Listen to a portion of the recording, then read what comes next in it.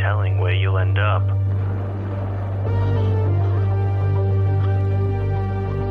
Can you make it through? To the night's end. I'll see you soon.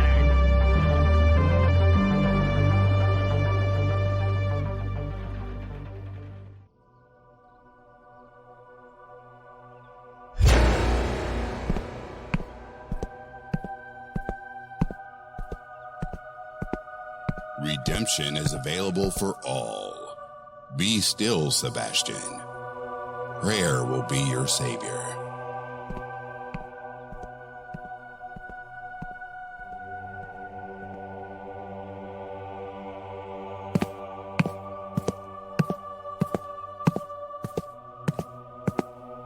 Hello, Sebastian. My name is Jimmy. How are you? Hello. I thought I was the only one here. We are here to collect seals to lock in the darkness and release the townsfolk. Seals? I'm sorry. I do not know what you speak of. That's okay. Couldn't help overhear the father speaking to you about redemption. Redemption for what? Does it have to do with the High Priestess? Yes. She was my one love. My all. Before we knew her for what she was, she seduced me. I was blinded by her spell and married her. I am from a wealthy family in Ravendown. We moved our family business to the town, and a large portion of the economy came from our family. We gave many of them jobs. How did she deceive you? She came to our house one stormy night, seeking refuge. She was disguised as a sweet, fair maiden. She made herself useful and joined the house staff. I fell deeply for her before long. And, well, now here we are.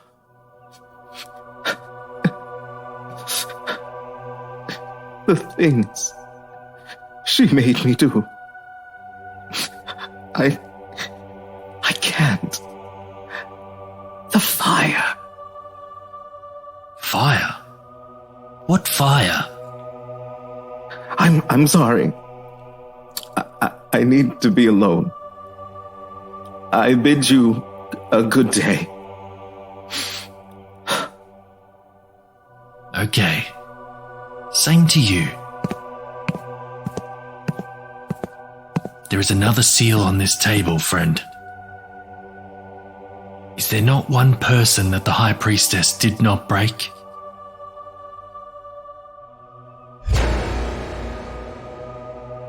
Husk. Written and narrated by James Barnett.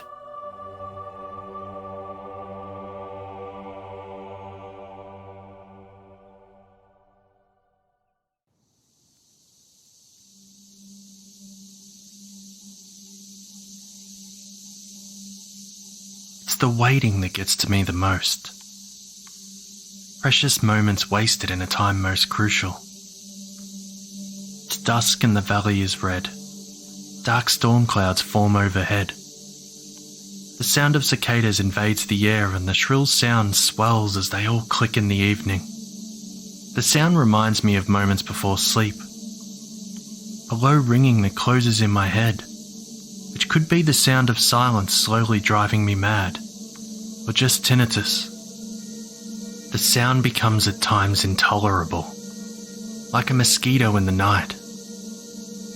Forever there, forever feasting. The sky grows darker and the cicadas settle into a rhythm.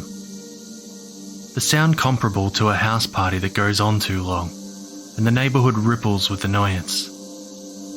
Each passing moment my anxiety kicks me in the guts, which further adds to the unease of my predicament. The sun finally drops and the red turns to grey and grey turns to black.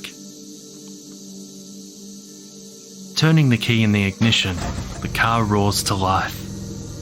The brake lights illuminate the rear area of the car. I look in the rearview mirror, and through the scarlet light I take one last look at the dirt, dense scrub and low-hanging trees. The disturbed area no longer a part of nature, but added to the list of spaces that humanity has managed to ruin. The cicadas give a moment of respite as the high beams click and buzz to life. The car jerks forward slightly as I slide the stick into drive. The lights paving the way forward along the dirt road. The car trundles along, dipping into potholes, causing the plastic of the dash to creak and pop. Julie's wedding ring bounces off the centre console and onto my lap, and I move it into the drink holder. It would have been lost right now if I hadn't gone and found it after she threw it into the brush earlier today. She was such a juvenile sometimes. I did apologise for slapping her, after all. I reach the highway after a couple of minutes and look left and right. On the left there is a road into town that has lights shining towards the sky. They are the only signs of other people out here in the country. On the right is a dark road that leads into the mountains. It is wide and cavernous with the clouds hanging above it. That is the way I'd prefer to get lost in. A scream tears through the night and I jump in my seat. Looking for the source of the sound, I look out the window and off the side of the road is a curlew. It is standing there with its wings curved and pointed toward the ground. It screams again towards the car and its eyes are locked on mine. Nah, bugger off. I look back toward the road in front of me. I really need to get this done. The crunch of the dirt gives way to the hum of the tarmac highway as I turn in the direction of the town. The shrill sound of a cicada breaks the silence in the car. I turn to the back seat and I see it on top of the petrol can. I'll get you later, you little bastard. Where are we going, Jack? In the front passenger seat, Julie is looking at me tentatively. She sits at a funny angle with her feet up and her knees in her chest. Preventing her from putting them down is a copious amount of rubbish. Bags and bags of it. We have to get rid of this rubbish. I already told you that. I snap at her. She recoils at the acid of my words and wraps her arms around her legs and stares forward toward the road. I see a cicada fall on her shoulder from behind her ear. Julie, don't freak out, I say. There's a cicada on your bloody shoulder. It shakes its abdomen and drops specks of dirt on her white t-shirt. She ignores me and continues to look out the window. The sporadic flashing of the petrol station sign catches my eye, intermittently bathing the car in red light. Fortunately, it is closed for the night. The car rocks side to side as I pull off the main road into the station. It appears abandoned due to the dilapidated state it is in, but a bug zapper at the front door and a floodlight around the back tells another story. The floodlight shines on the source of my search almost purposefully. Reminiscent of when the sun pokes through the clouds in rays, and my mum said it was God reminding us that he was there. Bullshit, I reckon. The brakes give out a squeal as I pull up next to the dumpster. Wait here and don't move, I say to Julie, unfastening my seatbelt and getting out of the car. I open her door and grab the bags of rubbish. They are surprisingly heavy for their size. This gives her enough space to put her legs down. The smell wafting from the bin rouses memories in my mind and a flush of deja vu courses through my body. Putting the bags down in front of the bin, I lift the lid. I peer in. 2 black eyes are staring back at me. I involuntarily jump back in surprise and lose my footing. Pushing my hands out behind me, I break the fall. Sharp pain shoots up my arms, making my hands tingle.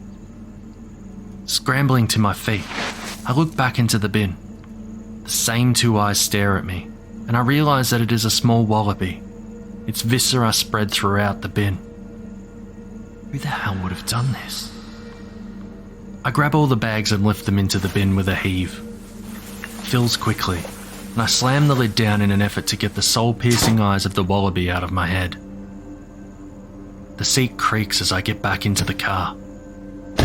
I look at Julie and she's looking down near her feet.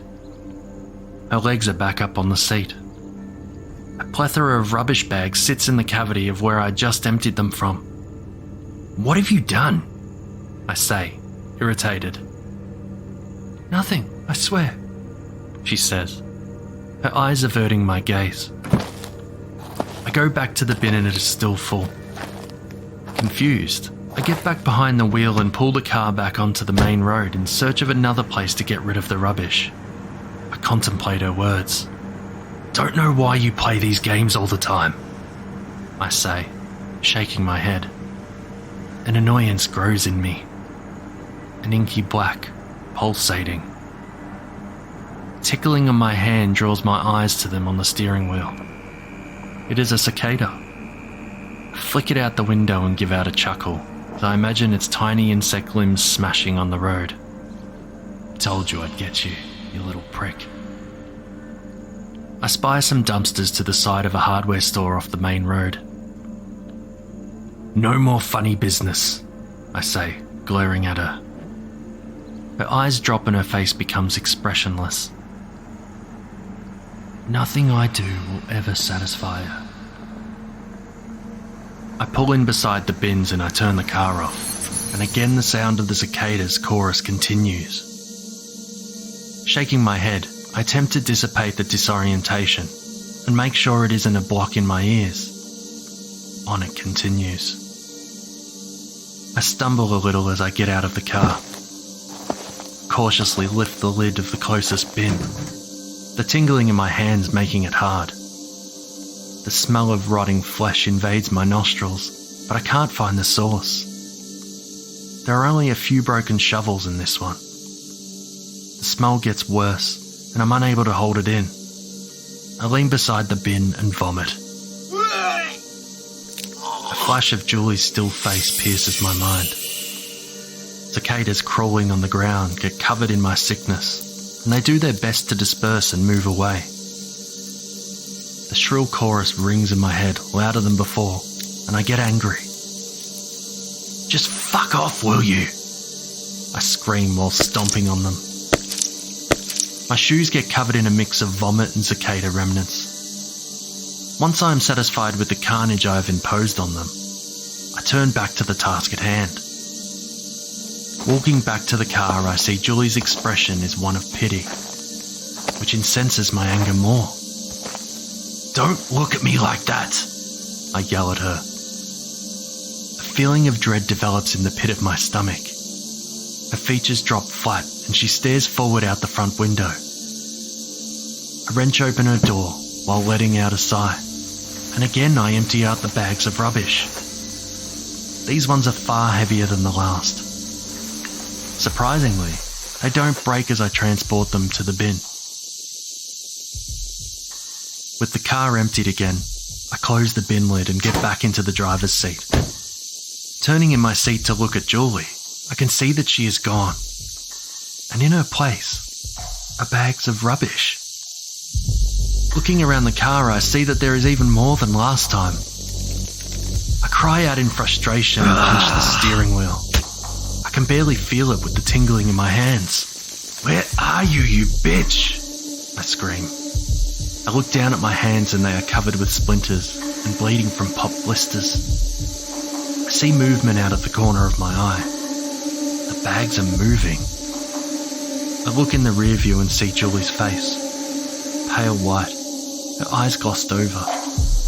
She opens her mouth to speak and cicadas come pouring out of it. The bags break open and a thick layer of dirt bursts forth and starts to fill the car. Slowly, it starts to move and I see worms, cicadas and spiders wriggling through it. How can I get away? My hand fumbles for the ignition. Eventually it finds the keys and starts the car. I race out of town and open the windows. The wind picks up the dirt and insects and it pours out of the car. Looming trees flash by. Their shadows look oppressive as they reach for the car. The lights flicker and die, but the full moon illuminates the area. The road changes to gravel and it crunches under the tyres of the car. The speedo reads 140, but still doesn't feel fast enough to escape. I push harder on the accelerator and cicadas continue to pour out of Julie's mouth and out the windows. The sound of them so loud now that all other sounds are lost. My hands bubble on the steering wheel and cicadas break out of my skin. The tingling stops. Unable to take the noise anymore, I slam my foot on the brake. Dust flows through the car and its acidic taste is on my lips. It crackles like popping candy between my teeth and causes a memory to flash in my mind. I see Julie's half-exposed body in the dirt, the bottom of a large hole in the ground. Her eyes stare blankly at the stars. A shovel is leaning against the tree. "There are no tricks to erase me, Jack," she says, now back in the passenger seat. I reach into the back seat and fumble for the petrol can. The dirt now gone and is replaced with Julie's clothes. I grab the handle of the can and pull it into the front seat. I open the lid with ease in the absence of the tingling. I pour the petrol over myself, the cicadas, and the bags that are full of Julie's belongings. I give a hoarse cough as the fumes enter my throat. My lungs burn. It goes completely silent. I look around, and on the dash sits a cicada husk. "I'm so sorry," I say, looking back into her eyes as a sob catches in my throat. I flip the lid on my Zippo and stroke her face with my other hand. Her neck has a purple ring around it. I flick the wheel on the flint and the lighter sparks.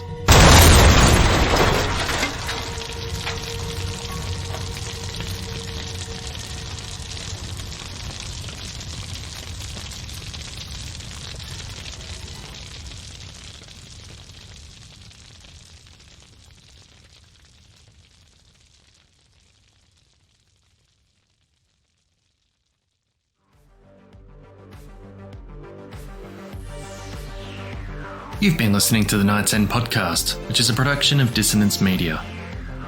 Husk was written and narrated by James Barnett. James is a writer, narrator, editor, podcast producer, and reluctant transport manager. For more works from James, head to jamesbarnettcreative.com. To connect with him on Twitter and Instagram, follow @JimmyHorrors. Jimmy Horrors was performed by James Barnett. Alexander was performed by Phoenix Fire. Sebastian was performed by Alvin Bolling II.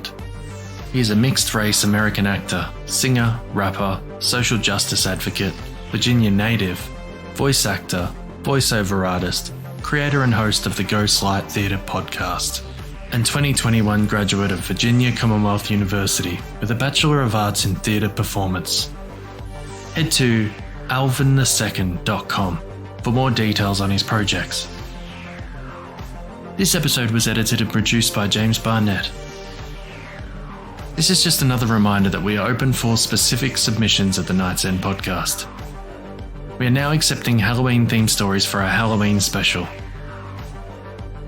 We are also accepting ghost and paranormal stories for a secret project. Head over to nightsendpodcast.com for all details and to submit via our form. And as always, stay horrific, everyone.